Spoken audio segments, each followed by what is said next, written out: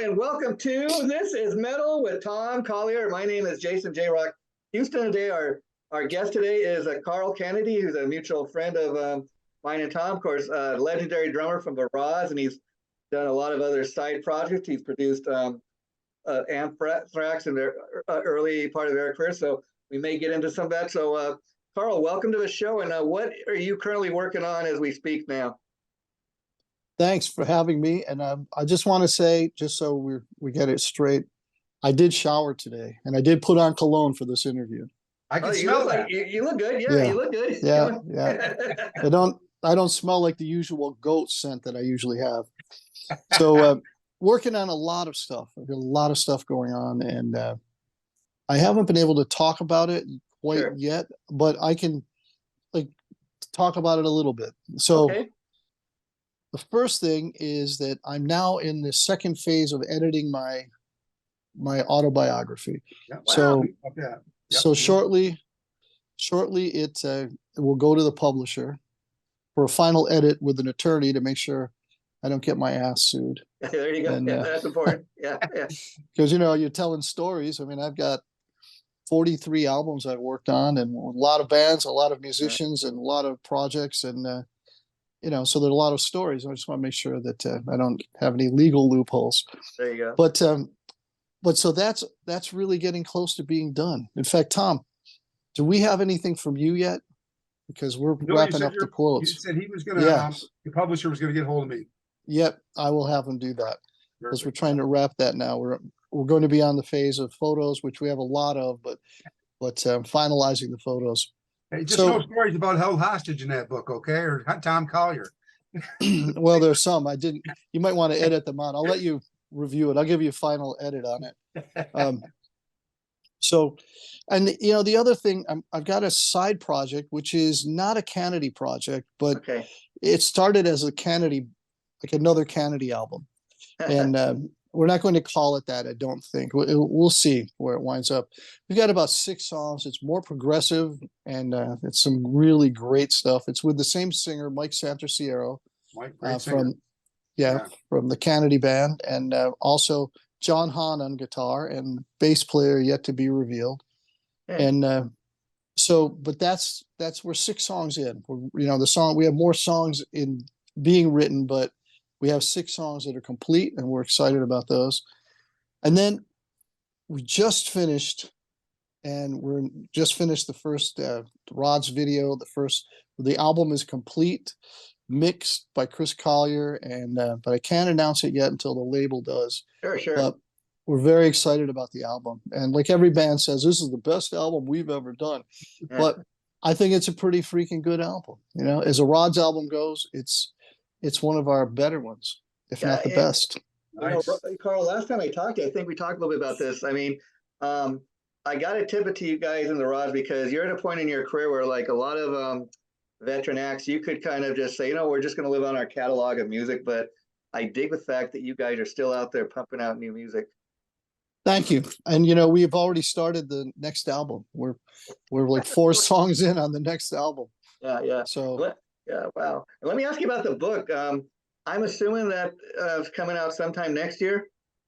No, actually, the book, once I turn it in, it should be out before Christmas. So, I was going to say, what a great Christmas gift. That's going to be a great stocking stuffer. Listen, Santa's going to have, that sleigh is going to be bogging down with all those books delivering to people for Christmas.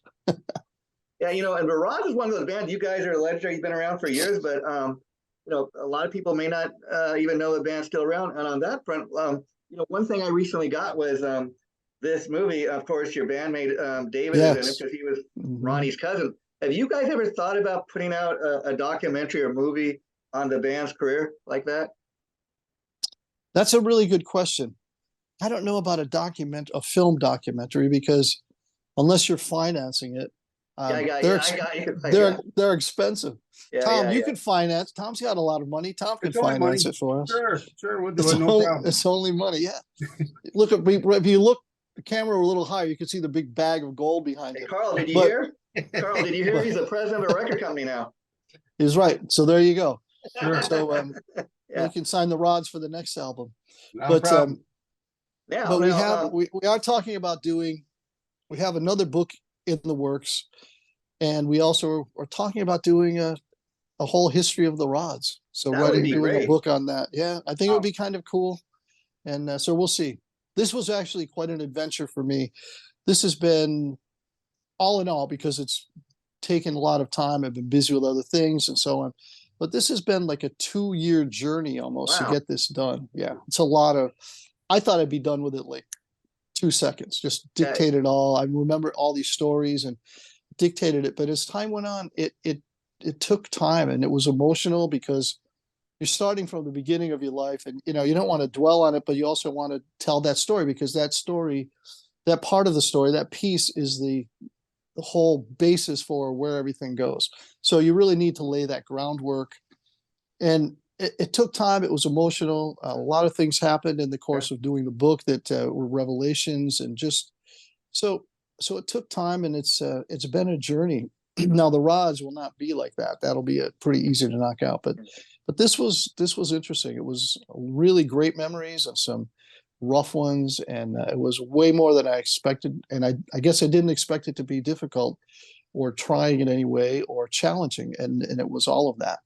And let me So ask you, I mean, that's great. I think it's cool that, because that's the hard part of when you do a book is, okay, are we going to cover my whole life? Just, from the time I started playing in bands or what? And I think it's cool if you're able to, encompass your whole life, because that's what people want to know about, and but the hard part's got to be, okay, not only what do we include in the book, but what do we leave out?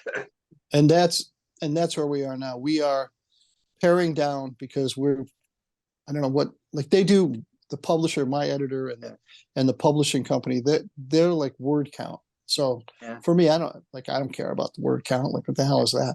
Yeah, But yeah. it's, so I'm like, oh, well, the book is almost 300 pages, but they're like, we got to pull it back a little bit. And I'm like, oh, screw that. But I get it, Yeah. because I don't want to read a book that's more than 225 pages. Like, it could get boring for people. Yeah. I mean, For me, it's the book, for my book, for me to read. It's fascinating stuff. No, I'm just kidding. But it's, so we are going to pare it down. well, let me But ask you on that front, anything that when you're writing the book and writing stuff down and these memories are coming back, anything that you kind of like, oh, yeah, I forgot about that. yeah, absolutely. Absolutely. And, I've been the archivist for the rods, and I've been, everything I've had, I've saved. I have commercials I've played drums on. Every recording, everything I do, I save. And so we even found, when I was 13, I convinced my mother to sign an installment agreement for a set of Gracie drums, crappy Japanese drums. They weren't even wood. They're like a plywood laminate. A lot of the inexpensive drums are foreign, like Korean balsa wood or something. I don't know. But anyway, I got my mother to basically coerced her to sign an installment agreement for these drums when I was 13. I found the receipt for that installment agreement. Wow. So Oh, yeah, wow. because like I said, I save everything. And so I have been, we found a lot of things. I never thought, I'm like, I think I have that. And it took a while to find it. I had to go through like tons of boxes and photos and whatever.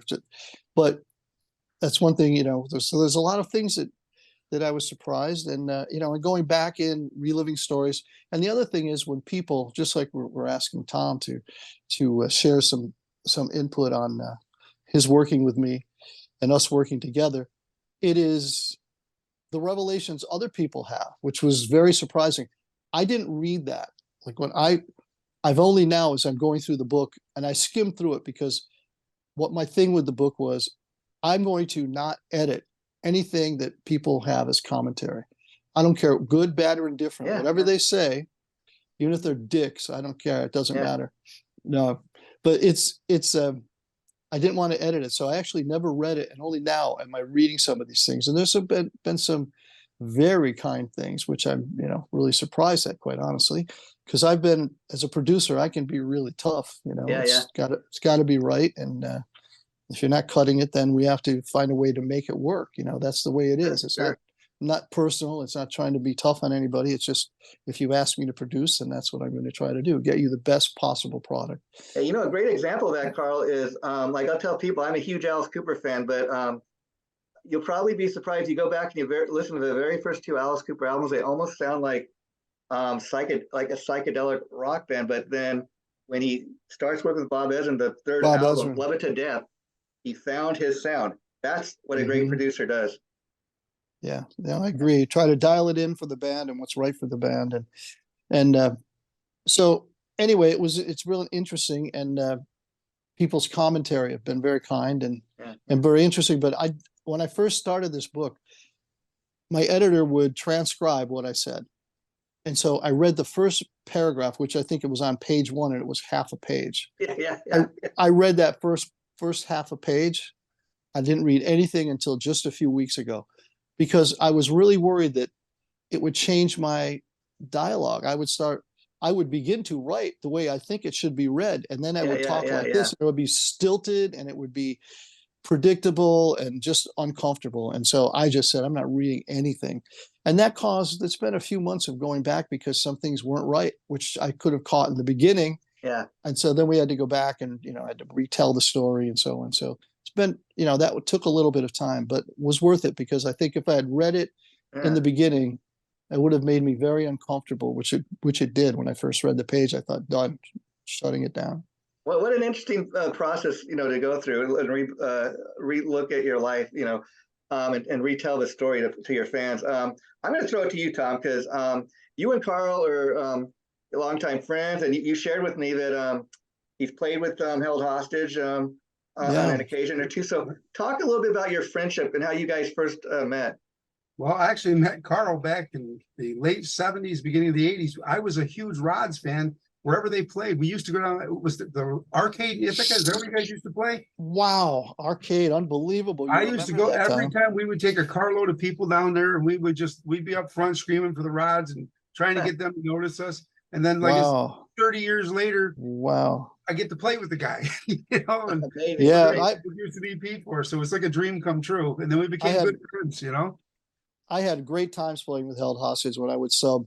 Had a lot of fun. It was always, Tom's a great showman. Sure. So it was really, it was always fun, and he was a good leader. And so everything, was really smooth, and it was great direction and so on. It was funny you say that about the arcade, Tom, because I tell the story in the book how when we played the arcade the first time, and it's surprising, David said the same thing recently. I can't believe Lou Cataldo hired us back.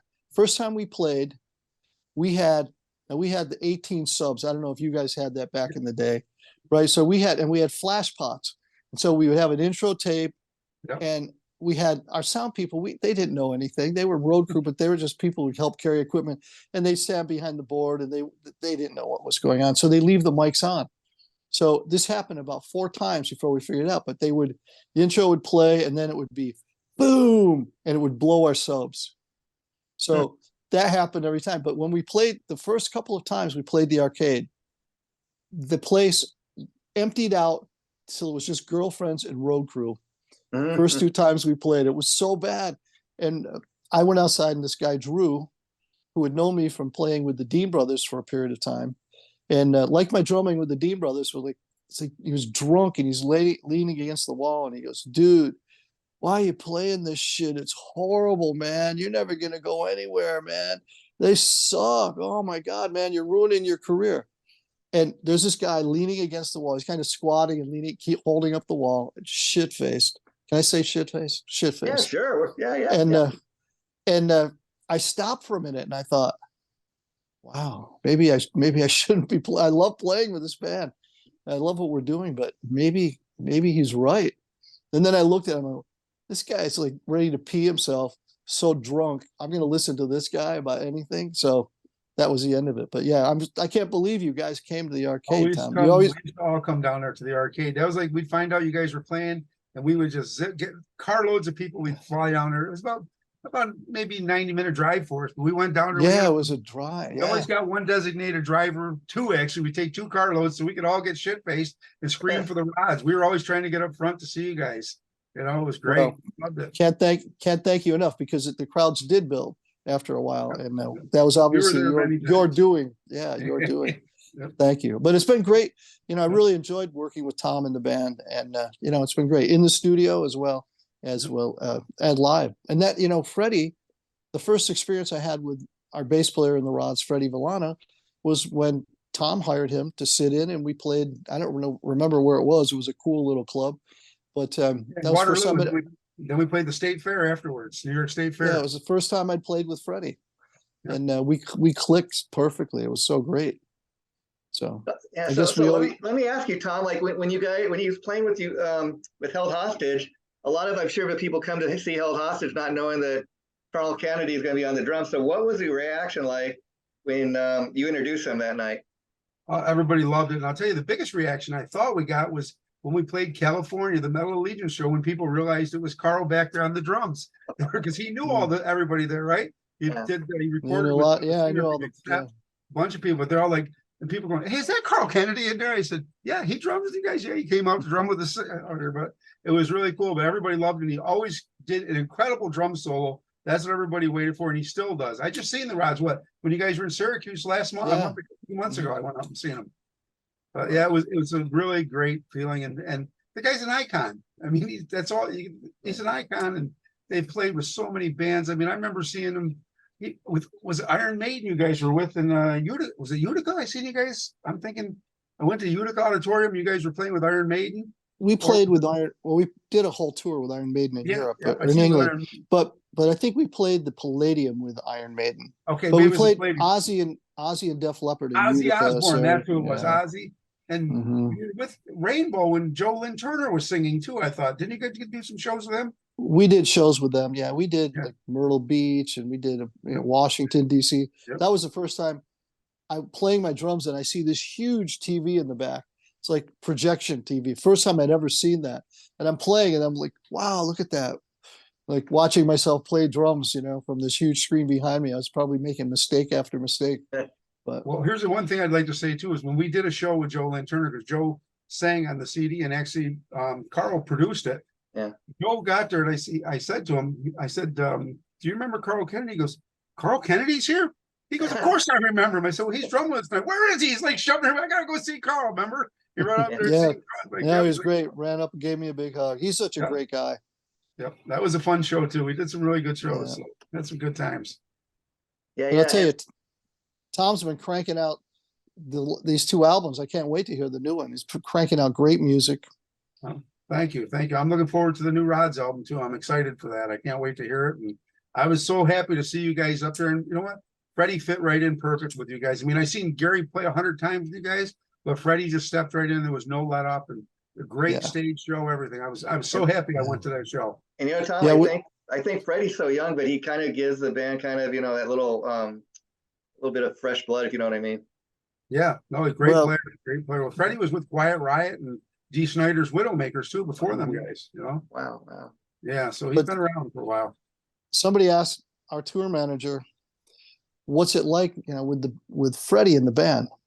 And Freddie is, 20 years younger than we are, maybe 15, 20 years younger. And she said, and at first I thought, wow, what a bitch. But then I started laughing because it was hysterical. She said, you know how when you have a house with two cats in it, two old cats, and then you bring in a kitten, and suddenly the old cats are like bouncing around and acting like kittens again? And that's what it was like bringing Freddie in. He's rejuvenated. We're all having a great time. We all get along well. We write music together. And Freddie and I really play. Like Gary is a great bass player and a great showman. But Freddie and I work as a rhythm section. And there's a different approach than we've ever had in the Rods. And I love it. And we work on parts together and we work on feel together. And I think when people hear this album, they're going to be blown away by the fact that it's a whole different day. The whole low end, the whole punch of the rhythm section is very different from the old days. I can't wait to hear it. I just can't. Every time a Rod's album comes out, I got to buy it. I love you guys. And like I say, having the chance to play live with you was a dream come true. Never expected that to ever happen. And when you came and drummed with me, I was like, wow. You got to look at a little kid here going, wow, I love these guys. And all of a sudden, 30 years later, it's like, I'm playing with this guy, and I'm recording with this guy. He's producing our record and stuff. So I'm really glad. I'm really glad we became friends too. Yeah, me too. We will Yeah, me jam too, together Tom. again sometime. Yeah, I would for love sure. that. Whenever, Yep, whenever you need yep, me, I'm there for you. absolutely. I'll have you up as special guest drummer at some time. Absolutely, for sure. So Carl, any chance you'll be making it out to NAMM this year or the Medal of Allegiance show? I've been talking about doing that. Yes. I don't have anything booked yet, but I have been talking about it. That's cool. So the Rods are going to Australia in March. I seen that with Ross the Boss Mhm. and Anvil. What a great Mhm. bill. And you guys just added Night Legion there with Stu Marshall. Another great Mhm. band. Yep. Yeah. That's going to be a hell of a bill. Yeah, it's going to be exciting. I haven't been to Australia. Yeah. What won't be exciting is the 23-hour flight. No. yeah. So are you touring any place else after Australia, or you're just doing the Australian run? Just the Australia gigs for now. We haven't booked anything for 24 yet. Okay, nice. And again, Carl, I got to tip my hat to you guys because you're at the point in your career where, you could live on your catalog of music. You could go out and do, sporadic shows. But I mean, you look at other bands like Kiss and Aerosmith, they're getting ready to wrap up their careers. And the Rods aren't even thinking about retiring. Not yet. Not yet. Yeah. What keeps you guys going? We're having too much fun.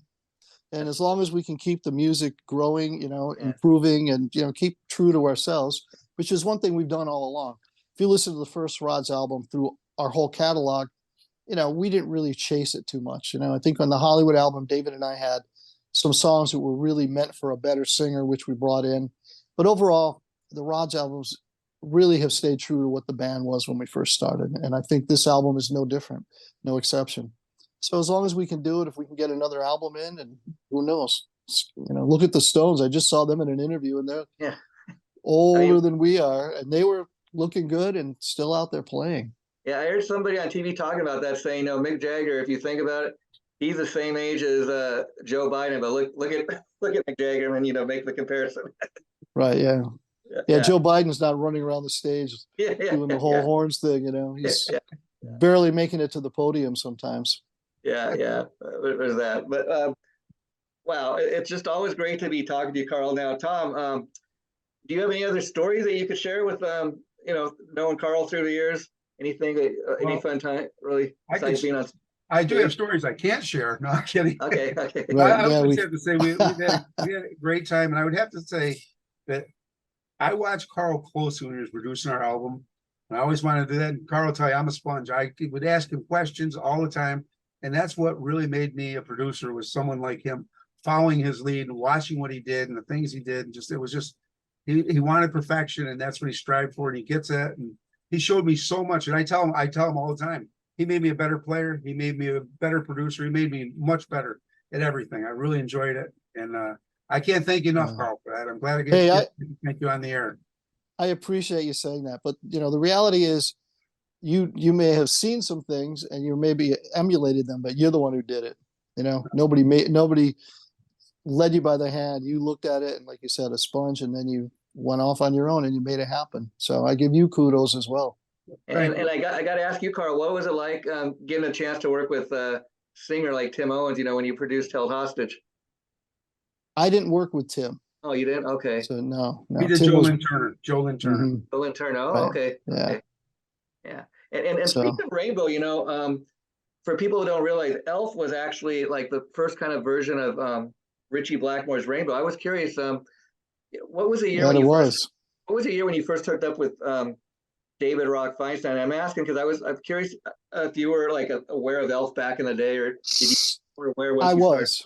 Started? I was. I used to go see them. They would go to high school dances. We'd go to a high school dance and we'd watch them.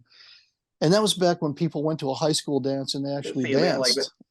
And so you go see Elf, and everybody was sitting on the floor watching. It was a concert, even though they were doing cover material. Yeah. They had this blown out look. David's hair was huge, and Ronnie, they had the beards, and Gary Driscoll with long hair and no shirt, sweating his ass off and playing his ass off. Yeah. And so I used to go see them. And then when I joined the band Raw Meat, I think I was maybe 20. And so we rehearsed in the same, there was a finished garage, like an apartment. And we rehearsed with Raw Meat in that. And then in the house, Elf rehearsed. Because Joe Leo was in the band with Rami, and Doug Thaler was the guitarist in Elf. Yeah. So I would see those guys all the time when we rehearsed. So I knew them from back then. But David and I didn't get together until it was 79 when I was in a music store, and Dennis Dragone, our longtime light man, and he's still part of our crew. Yeah. I was in Miles Music, and Denny comes in, and now Denny and I room together in my band Colossus, which, by the way, my band Colossus has a new album out on Deco Records, and that'll be released December 1st. But I think people will start to hear about. There's a lot of support behind this album, and it's different for me. The drumming is different. It's more of a boogie Hall and Oates kind of band. So it's very different, but the band Colossus, I mean, I'm really proud of the album. Is this just like a recording project? Will you guys, any chance of any live shows? I would love us to play live, but we're in 4 different states, so I don't know. I'll just say Deco is a great label to be with, Carl. They really get behind their artists, and I really dig that label. Yeah, Chipster's doing promo. We have a lot of support. But anyway, so I'm in the music store now. Denny and I have roomed together.